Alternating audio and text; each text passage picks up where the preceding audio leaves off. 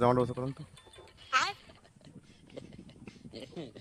নিঃশ্বাস নিন জোরে জোরে জোরে। বিড়ি খান নাকি? বিড়ি তো প্রচুর পরিমাণে খান। করেন কাকা, নেন শ্বাস নেন। আরে বাবা রে বাবা, আমি বলি বায়ু, মানে আমরা যেটা বলি পাদ, পাদ, এই পাদ আপনার কি পাদ মনে করেন? একটা শ্বাস দেখেন, এটা হলো গ্যাস পাদ। মাঝে সাঝে আসছে মোটরসাইকেলে পরে আমি একটা দিছি। একটা শ্বাস মনে করেন শব্দ ছাড়া, এটা কিরকম বলেন? ওইটা গন্ধ হয় বেশি। দিতে পারেন। এটা হচ্ছে মনে করেন গন্ধ, মানে পেটে গ্যাস, গন্ধযুক্ত। হ্যাঁ। তাহলে আপনার পাদের শব্দটা কেমন? ডাব ডুবেই হয় তোরে, মানে বলেন কেমন? ঢপ করে ওঠে। না কাকা, এটা না না সত্যি হাসি কথা মজার যেটা, হাসি বিষয় মজা না। না, মানে শব্দটা কেমন? ওই রকম। এইটাই, এটা লজ দেখো করার কিছু নেই। না না ওই রকমই যে সময় হবে সে সময় ওই রকমই। বললাম না পায়খানা আমার পুরো ক্লিয়ার, সকাল বিকেল আমি 2 বার পায়খানা করে নিয়মিত।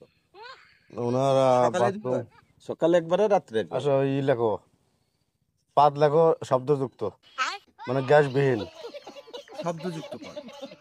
গ্যাসবিহীন। উনি 2 বার নিয়মিত বাথরুম ক্লিয়ার হয়। হ্যাঁ আল্লাহ পাদের শব্দ। হ্যাঁ শুনুন কাকা, যখন আমাদের পেটে অপরিমাণে গ্যাস চলে আসবে তখন কিন্তু তখন পাদের পায়খানা শব্দটা, ক্লিয়ার হবে না, তখন পায়খানাও ক্লিয়ার হবে না, পাদের শব্দটাও মানে চেঞ্জ হয়ে যাবে। কেমন হবে? কাকা, গ্যাসে গলাবুক জ্বলে? না। গলাবুক জ্বলে না। পানি প্রচুর পরিমাণে খাবেন, পানি খাই, প্রচুর খাই। বুঝতে পেরেছেন? তাহলে আমি বলি কাকা শুনেন, যখন আপনার নিজের থেকে বুঝতে পারবেন যে আপনার মানে টুসপাত, টুসপাত মানে হচ্ছে পেটের ভিতরে গ্যাস গ্যাস বা বাসা বাঁধে, ওই পাদের শব্দটা হয়ে আছেন, বুঝতে পারছেন? মানে এটা হলো গ্যাস। আর পেট ক্লিয়ার থাকলে এটা হলো পেট ক্লিয়ার। আর যদি পেট ক্লিয়ার না থাকে, যদি গ্যাসও থাকে, পেট ক্লিয়ার থাকে, এটা কিন্তু কোনো শব্দ হয় না। তবে কাকা আপনার কাছে রিকোয়েস্ট করে থাকলো আপনি গ্যাসের খাবার কম খান কাকা, ঠিক আছে? ঠিক আছে। স্যার তাহলে ওনার জন্য কি ওষুধ লিখবো?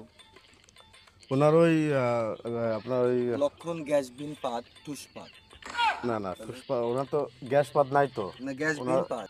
এই গেছে রবিবারে হুম। আমি যাই ডাক্তার দেখাইছি, অসুবিধা নেই। কাকা তুমি ধরেন এটা খান।